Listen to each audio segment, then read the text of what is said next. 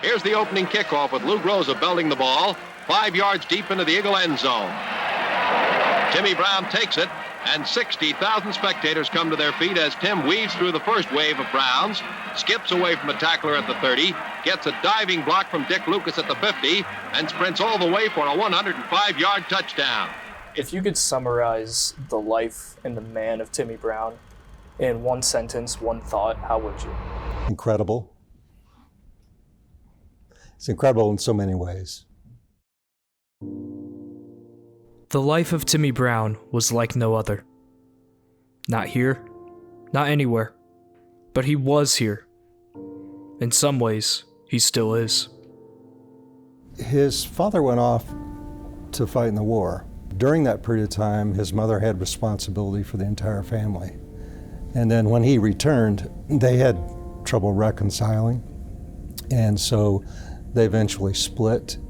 He came from a poor background. He had 4 sisters and a brother. He and his brother ended up in foster homes and eventually ended up at the Soldiers and Sailors Home, an orphanage in Knightstown, Indiana. He was always very friendly with everyone else. He was very well liked by whites and blacks at the school. Every day was the same. And so even later in life, he still would get up at 5:30 in the morning and he would have breakfast.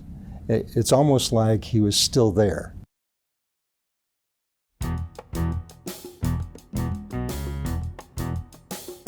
At the home, Timmy excelled in athletics, running track and dominating as a running back on the football team and a basketball star on the court. There he would earn scholarships to schools like Michigan State, but he would wound up committing to Ball State, where he would walk on to once again play football. Well, at the college level, when he left Ball State, he held 6 records. And of the 6 records, one still stands. He scored 25 points in a single game. He seemed to be a very positive person when I got to know him later in life. He was so atypical of the type of athlete that we see today, given the fact that he was an entertainer, a singer, an actor, and a wonderful, wonderful football player. Well, he might be the prototypical Ball State student, right? First generation college student, came from a very difficult background and attained great success. Timmy Brown would set 6 Cardinal records at Ball State. He would average 10 yards a game his senior year, earn all-conference honors, and garner the attention of another humble football program, this one hailing from the frozen tundra of Green Bay. Well, they saw he was fast. And if you look at his performance during the preseason and the one game, he showed all the attributes of having great talent. Lombardi would cut Timmy Brown, and Timmy Brown would return to Ball State to finish his bachelor's degree, with his football career behind him, until a fateful call and a fateful message from some folks in Philadelphia. He was invited to the taxi squad to play that year for the Eagles, but he didn't. Now, he got redemption the next year against the Packers because in the NFL championship game, which that was when in 1960 when Super Bowls were not played then. It was the only time Lombardi got beaten in a game like that. Also in 1960, what the Eagles realized that they had really found someone with talent, although he didn't play that much. He set a record that year. He was the first person in history to, in 2 consecutive games, have over 100 yards, and have a rushing touchdown and a receiving touchdown. He became a 3-time Pro Bowl player, led the league in rushing, but mainly he enjoyed football more. He said he looked at colors. He didn't see people on the field, he saw colors and he ran away from the colors.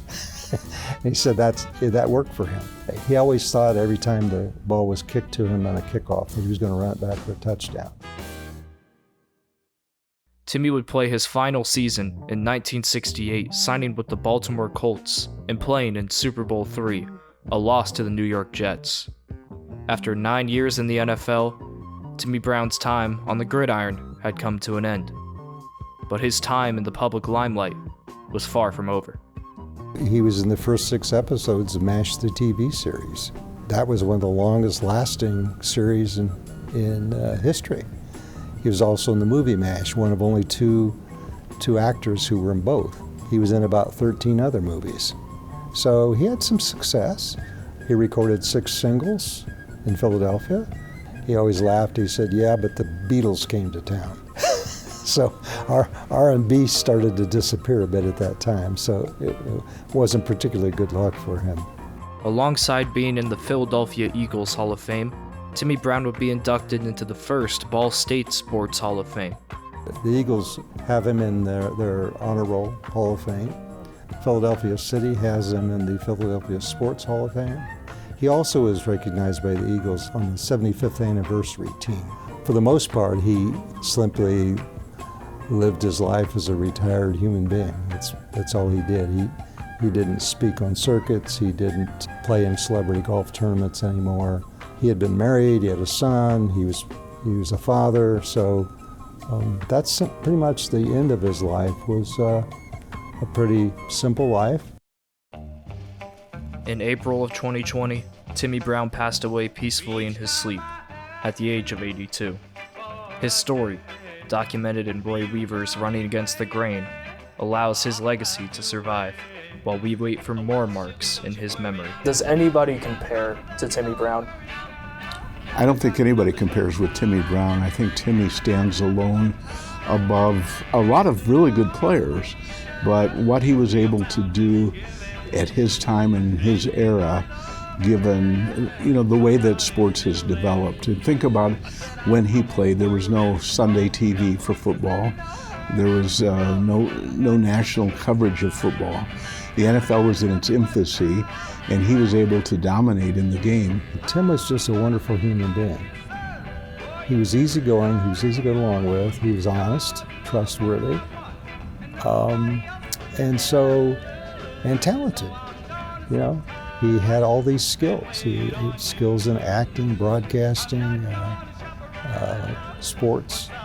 And so he was a very talented person, but he was so likable. Do I think that Timmy Brown is the best player in football in the history of Ball State football? The answer is yes. In my opinion, there's no question about it. And if you also look at his record in track, as his junior and senior years, he was outstanding in track and field too. But he clearly, in my opinion, is based on the records, is the most outstanding player that's ever played here.